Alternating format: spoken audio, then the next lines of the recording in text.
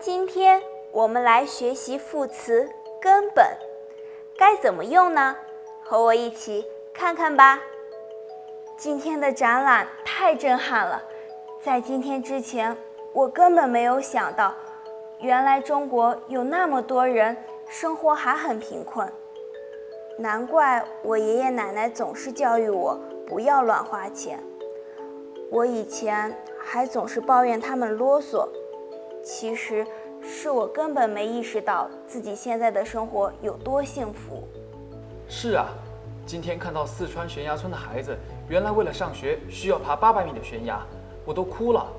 以前我根本不知道自己的教育机会有多么难得。我之前还觉得父母给我的学习压力太大，抱怨他们根本不理解我的想法。现在想想，他们为了让我们有好的生活和学习条件，已经承担了非常大的压力。对啊，我们现在的生活条件太好了，要不是看了今天的展览，我根本不会相信中国政府能在这么短的时间里帮助那么多的人摆脱贫困。是啊，我觉得这个展览非常有意义，希望更多的人可以看到。副词根本的意思相当于彻底、完全，多用于否定句。比如，我根本没有想到，原来中国有那么多人生活还很贫困。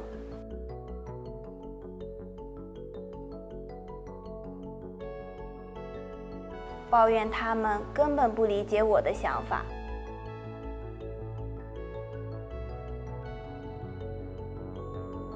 以前我根本不知道自己的教育机会有多么难得。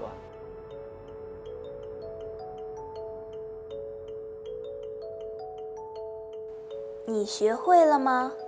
跟我读。我根本没有想到，原来中国有那么多人生活还很贫困。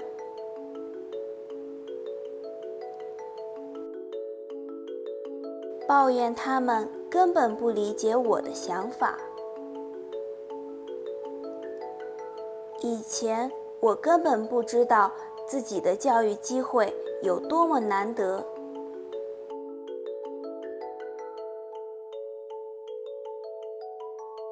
晨晨，你怎么没邀请 Lisa 来看展览？时间这么早，她根本起不来。